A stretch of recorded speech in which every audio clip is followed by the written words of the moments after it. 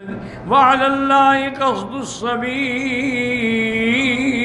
ومنها جائر ولو شاء لهداكم اجمعین۔ اللہ کے لیے وہ سیدھا راستہ ہے، اگر اس سے کوئی ہٹتا ہے تو وہ اپنے اوپر ظلم کرتا ہے۔ ہاں یہ اللہ کی حکمتیں ہیں، اللہ چاہتے تو سب کو ہدایت دے دیتے، کوئی بھی گمراہ نہ ہوتا، لیکن پھر آزمائش تو نہ ہوتی۔ لیکن ہمیں راستے کا پتہ کیسے چلے گا کہ یہ صراط مستقیم ہے، یہ قصد السبیل ہے؟ وہ بتلائیں گے اللہ کے انبیاء، اللہ کے پیغمبر۔ اسی لیے اللہ نے پیغمبر بھیجے، نبی بھیجے، جو جا کے امت کو دعوت دیں اور ان کو صراط مستقیم کے بارے میں بتائیں۔ لما ذکر تعالیٰ من الحیوانات ما یسار علیہ جس حصیہ تھی، اللہ نے پہلے حیوانوں کا ذکر کیا جس کے لیے ہمیں ہمارے بدن کو ضرورت ہوتی ہے۔ نبہ علی الطرق المعنویۃ الدینیہ، اب اللہ پاک دینی طریقے کے بارے میں ہدایت کرتے ہیں تاکہ ہمارے دین کی بھی اصلاح ہو۔ وَكَثِيرًا مَا يَقَعُ فِي الْقُرْآنِ الْأُمُورُ الْحِسِّيَّةُ وَالْمَعْنَوِيَّةُ النَّافِعَةُ۔ اسی طرح قرآن پاک کی بہت ساری آیات میں ہیں، پہلے امور حسیہ کا ذکر ہوتا ہے، پھر امور معنویہ کا ذکر ہوتا ہے۔ جیسے فرمایا وَتَزَوَّدُوا فَإِنَّ خَيْرَ الزَّادِ التَّقْوَىٰ، اور جیسے فرمایا یا بنی آدم قد انزلنا علیکم لباسا یواری سوآتکم وریشا ولباس التقویٰ ذالک خیر، ہم نے آپ پہ اتارا ہے لباس، اور وہ لباس جو تمہارے عورا کو چھپائے اور باعث زینت بھی ہو، لیکن اصل لباس وہ ہے جو تقوی کا ہے۔ ولما ذکر تعالیٰ فی هذه السورة الحیوانات منها وغیرها الذی یرکبونها ویبلغون علیہا حاج فی دورہم وتعمل اسقال من البلاد الاماکن البعیدۃ والاسفار الشاقہ۔ اللہ نے پہلے ان حیوانوں کا ذکر کیا جن کے اوپر سواری کرتے ہیں، مختلف اپنے کام نکالتے ہیں، اور بعض حیوان جو ہیں تمہارے بوجھ اٹھا کے دور دراز کے علاقوں تک بھی پہنچاتے ہیں۔ اب اللہ بتاتے ہیں کہ سیدھا راستہ دین کے لیے کیا ہے۔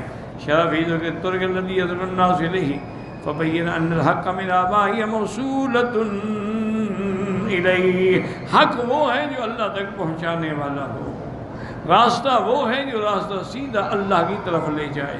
وعلی اللہ قصد السبیل کقولہ وان ھذا صراطی مستقیما فاتبعوہ ولا تتبعوا السبل فتفرق بکم عن سبیلہ وقال ھذا صراط علیہ مستقیم۔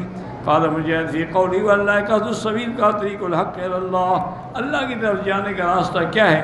وعلی اللہ قصد السبیل الاسلام، وقال لو فی بعض اللہ قصد السبیل یقول وعلی اللہ البیان، کہ اللہ نے بیان کر دیا کہ یہ ہدایت ہے، یہ گمراہی ہے۔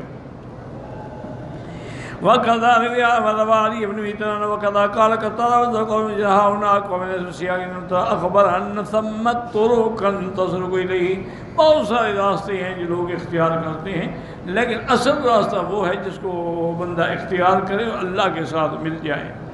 اور اس کے بعد فلیس یسلی من اللہ طریق الحق و طریق الذی شرع دیا، اور وہ حق کا طریقہ کون سا ہے جس کو اللہ نے خود بیان کیا ہے اور انبیاء بھیجی ہیں۔ وما عدا مسدودا والاعمال فیہا مردودہ، اس کے سوا جتنے اعمال ہیں وہ مردود ہیں۔ اس لیے اللہ نے فرمایا منہا جائر، جائر منا حائد مائل زائغ عن الحق، اصل میں جائر یعنی ظلم کرنے والا، راستے سے ہٹنے والا، صراط مستقیم کو چھوڑنے والا۔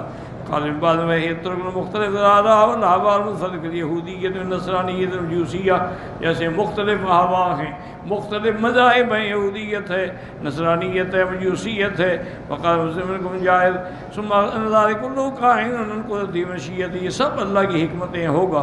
ولو شاء لهداكم اجمعین، جیسے فرمایا لو شاء ربك لآمن من في الارض كلهم جميعا، اللہ چاہتے سب ایمان لے آتے۔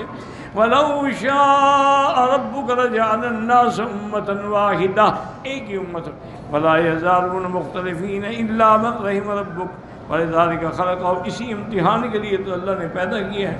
وَتَمَّتْ كَلِمَةُ رَبِّكَ لَأَمْلَأَنَّ جَهَنَّمَ مِنَ الْجِنَّةِ وَالنَّاسِ أَجْمَعِينَ، اور یہ بھی اللہ کا فیصلہ ہے کہ جو کفر کرنے والے ہیں اللہ جہنم کو بھریں گے، جنوں سے بھی اور انسانوں سے بھی۔ واللہ اعلم۔